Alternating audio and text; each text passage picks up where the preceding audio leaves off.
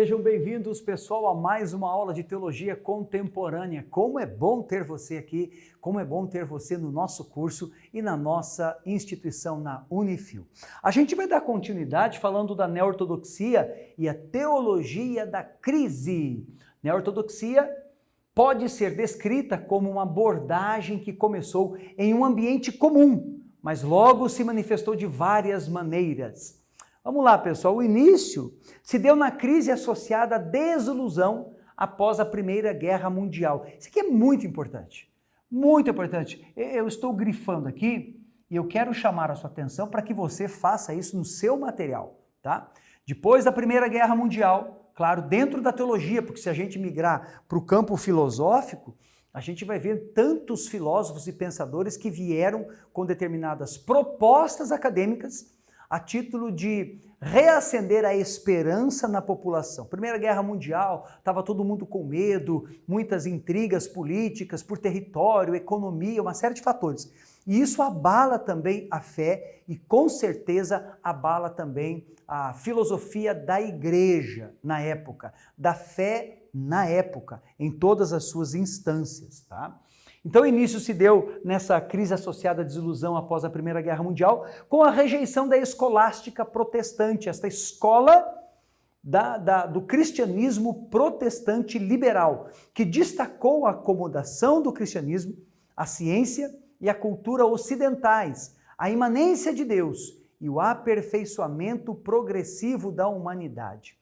O aperfeiçoamento progressivo da humanidade já é o resultado do iluminismo, que nós vimos em aulas anteriores, já é resultado de muitas propostas acadêmicas e sociais, mas sempre visando o bem-estar da maioria, o bem-estar das pessoas, o bem-estar das famílias. Então todo mundo tinha as receitas da época, não é nada diferente do hoje. Hoje também versamos com isso. Todo mundo tem uma receita quase que pronta para as famílias, para a fé, para a vida acadêmica, para a vida na educação e assim por diante, né? Nesta época não era diferente. O detalhe, a diferença é que nesta época que estamos falando, as coisas aconteciam mais paulatinamente, demoravam um pouco mais. Hoje as coisas estão muito aceleradas, né? A ênfase nas Escrituras, como portadora da palavra, enfatizou a unidade da Bíblia e propiciou um renovado interesse pela interpretação das Escrituras. Portanto, a neo-ortodoxia, ela de certa forma colabora para o despertar da valorização das Escrituras sagradas e das respostas em que as pessoas buscavam estar nas Escrituras. Vamos continuar. Quais as crenças fundamentais, então, da neo-ortodoxia? O conceito teológico fundamental do movimento neo-ortodoxo passa pela ideia do Deus totalmente livre e soberano. Isso aqui é bem resultado de uma reforma, ou da reforma, né? O outro absoluto em relação à sua criação e em termos de como se controla e como escolhe se revelar. Em seguida vem a autocomunicação de Deus-revelação, um ato dinâmico da graça. Dinâmico da graça, marque bem isso, cuja resposta da humanidade é ouvir a revelação deste Deus, ouvir o cuidado deste Deus, a manifestação desse Deus para com o coração do homem. Muito importante você ter essa sensibilidade nesta proposta da neo-ortodoxia. Continuando. Esta revelação é a palavra de Deus em triplo sentido. Jesus, como palavra feito carne. A Escritura, que aponta para a palavra feito carne.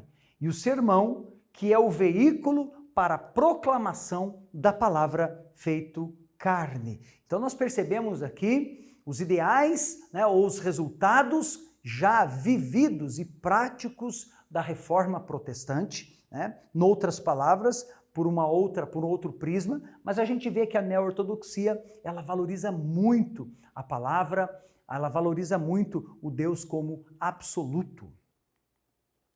Karl Barth e a neo-ortodoxia. Neste cenário surge este grande teólogo Barth, certo? A abordagem do movimento metodológico, pessoal, envolveu a teologia dialética. Eu vou voltar, presta atenção, abordagem do movimento metodológico. Todo e qualquer movimento dentro da teologia contemporânea, da história e hoje, certo? Pleno século XXI. Todo este movimento tem uma abordagem metodológica. Por isso que eu e você precisamos sempre prestar atenção naquilo que está acontecendo no nosso entorno, mas sempre sermos fiéis às Escrituras, à palavra de Deus. A palavra de Deus, ela é imutável, mas não é estática. Deus é imutável em seu ser, mas não é estático em suas ações. Portanto, este movimento natural é que eu e você precisamos prestar bastante atenção para aplicar a palavra de Deus de acordo com o momento, sempre respeitando, temendo a palavra de Deus. Então, a abordagem do movimento metodológico envolveu a teologia dialética, e a gente vai ver aí do Barth, a teologia dialética, a teologia do paradoxo e a teologia da crise. Deixa eu falar para você aqui sobre essas três teologias que estão neste movimento metodológico.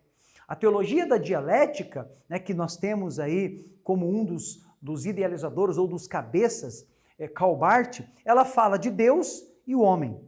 Teologia da dialética, grosso modo. A teologia do paradoxo, ela trata também, por exemplo, vou te dar um exemplo. Deus é um em três, certo? Então, essa é a teologia do paradoxo. E nós temos aqui também a teologia da crise. E a teologia da crise que surge neste cenário, ela fala sobre a cultura, ela fala sobre a política, ela fala sobre a educação, ela fala sobre a economia. Então, visto que o homem não pode ficar retido em alguns pontos, em alguns aspectos, simplesmente, muitas vezes administrado pela igreja, então você tem uma crise e a partir disso nós temos aí outras descobertas, outras críticas e assim por diante. Então nós temos nessa abordagem do movimento metodológico estas três teologias: dialética, paradoxo e a teologia da crise. Continuando aqui, o uso do pensamento dialético remonta ao mundo grego e Sócrates usa perguntas e respostas para obter conhecimento e verdade. Aqui, dentro dessa metodologia, os pensadores e idealizadores, eles até buscam em Sócrates, antes de Cristo, Grécia Antiga, no processo ou na proposta de maiêutica socrática, que era perguntas e respostas para obter conhecimento e verdade. Muito interessante isso. De fato, é muito interessante. Foi usado por Abelardo, um dos pais da igreja, e é a técnica de colocar opostos uns aos outros em busca da verdade. Barth e os primeiros líderes foram atraídos para a dialética. Revelação foi o ponto inicial, pessoal, da teologia barthiana. A partir de Romanos, da epístola do apóstolo Paulo aos Romanos, Karl Barth enfatizou a deidade e a soberania de Deus. E nas obras seguintes passou a abordar o conceito de revelação, que estabeleceu o período dialético da neo-ortodoxia, certo? Para Barth, revelação não era a compreensão humana dos conceitos religiosos, não tinha nada a ver, como acreditavam alguns liberais, pois nisso nada se revela. Barth, porém, entendia a revelação como a manifestação sobrenatural da parte de Deus, dando-se a conhecer ao homem normal e pecador, uma grande vertente da ortodoxia dos reformadores. A gente percebe que Karl Barth, ele é extremamente cirúrgico, ao mesmo tempo muito profundo, porque se os liberais defendiam revelação, por meio da intuição, dos sentimentos, como a gente viu em aulas anteriores, de uma forma assim até como que descontrolada, Karl Barth vem e diz o seguinte: não é assim. A revelação, na verdade, é a manifestação sobrenatural de Deus ao homem pecador. O homem pecador, ele recebe esta revelação pelo amor que Deus tem pela sua criação, certo? Deus se dá a conhecer ao homem normal e pecador. E isto lembra muito e remonta muito, claro, à reforma. O grande problema, pessoal, em Barth foi a má compreensão. Ele compreendeu de maneira um tanto quanto equivocada a definição a respeito de palavra revelada e palavra escrita. Eu vou grifar aqui, sugiro que você grife aí no seu material, tá? Palavra revelada, palavra escrita. Vamos ver o que Karl Barth pensa ou defende acerca disso. A primeira, palavra revelada, refere-se à ação de Deus revelar-se ao homem através de seu Filho Jesus. A segunda, palavra escrita, constitui um relato dessa revelação. Portanto, a palavra proclamada, então, é o testemunho que a igreja dá dessa revelação, encontrado na Bíblia, o que limita o conteúdo exposto na igreja e ao conteúdo bíblico. É uma linha muito tênue que separa palavra revelada e palavra escrita na concepção de Calbart. Claro que, pelo fato dele expor isto, muitos críticos, muitos outros pensadores acabaram discordando dele, criticando ele, fazendo contra-argumentos, mas Barth se mantinha fiel em sua concepção, em sua definição e entendimento a respeito de palavra revelada e de palavra escrita. Na próxima aula, nós vamos continuar estudando Calbart, vamos continuar estudando outros teólogos contemporâneos, suas definições, seus conceitos e tudo aquilo que envolve a nossa teologia contemporânea. Eu vejo você na próxima aula.